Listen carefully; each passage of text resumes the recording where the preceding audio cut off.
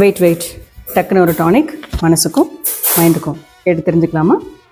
மக்களே, இன்றைக்கி ஒரு இன்ட்ரெஸ்டிங்கான ஒரு விஷயம் உங்கள்கிட்ட ஷேர் பண்ணணும்னு நினச்சேன்.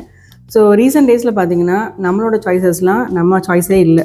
ஸோ நம்மளை சுற்றி என்ன நடக்குது அப்படிங்கிறத நீங்கள் சூஸ் பண்ணுறதே கிடையாது. என்ன குழப்பமாக இருக்கா? எக்ஸாம்பிள் சொல்கிறேன். இப்போ ட்ராவல் பண்ணுறீங்க. முன்னாடிலாம் ட்ராவல் பண்ணுறப்ப அதிகமாக நம்ம என்ன வாங்கிட்டு போவோம்னு நினைக்கிறீங்க?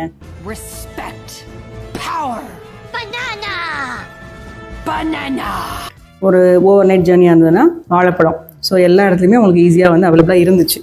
இப்போ நான் ரீசெண்டாக போகிறப்ப ஸ்டேஷனில் நம்ம தேட வேண்டியிருக்கு. வாழைப்பழ கடையே இருக்க மாட்டேங்குது.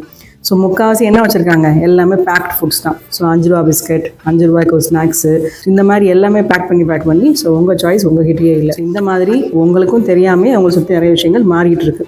கொஞ்சம் அப்சர்வ் பண்ணி உங்கள் சாய்ஸஸை பெட்டராக சூஸ் பண்ணுங்கள். இந்த மாதிரி உங்கள் லைஃப்பில் நீங்கள் எதாவது டிஃப்ரெண்ட்டாக அப்சர்வ் பண்ணியிருந்தீங்கன்னா கமெண்ட் பண்ணுங்கள். தேங்க்யூ.